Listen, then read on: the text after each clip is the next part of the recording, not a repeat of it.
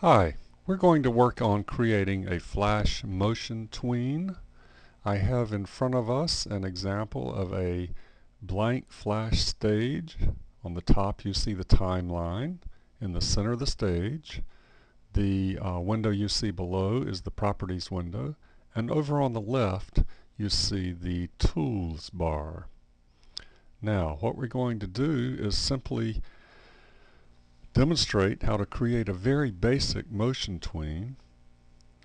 For this tutorial I'm using Flash MX2004, but it should work for any version of Flash. The menu might look slightly different, but not too much. With Motion Tween you select a starting point, an end point, and then you let Flash do the rest. And I'll show you an example here of a Flash motion tween.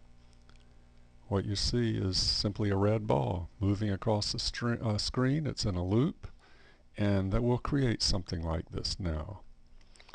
So you can bring in an object, a graphic, or you can create your own graphic. In our case, we're going to create the red ball. So I'll click on the oval tool, create the oval. That's the very first step. The next step is to turn this graphic into a symbol. There's several ways we can do that. First of all, choose the arrow to select or click on the object, and I'd like to turn this or convert it to a symbol. So notice I can go Modify, Convert to Symbol. You can use F8, or what I prefer to do is to right click on a Mac, control click, and choose Convert to Symbol. And you're presented with a dialog box. You can name it. I'll just call it red ball. Name it anything you want. You can choose its behavior. In this case it's a graphic, but that's not too important for now. And click OK. So now it's a symbol. The way I know that is it has this outline and a little dot in the center. Now, I mentioned this is the timeline. We're on layer 1, and we're just going to use one layer today.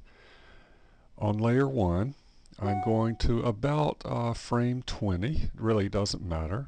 And click in that frame, and here I want to insert a keyframe. Now again, I can do it this way, or a shortcut again is to right click or control click, insert keyframe. Okay, so notice my progress bar moved all the way over to frame 20. Now I need to move that object, that's the end of the motion or the animation, there. Okay, so I can go through. I've got it at the beginning and at the end, but it seems to just jump from one to the other when it gets to the end. Well, this is where we let Flash do its magic. I'm going to click anywhere on the timeline. Let's see how it's grayed out.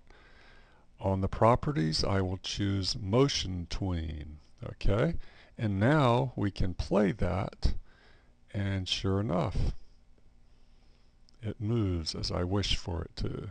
So I'm going to save that. I've already saved it as Smythe FA1 for Flash Activity 1. Notice it gives it a .fla. It's a Flash file suffix. I'll save it again. But you want to convert it to a shockwave file. Then it can be displayed on the web.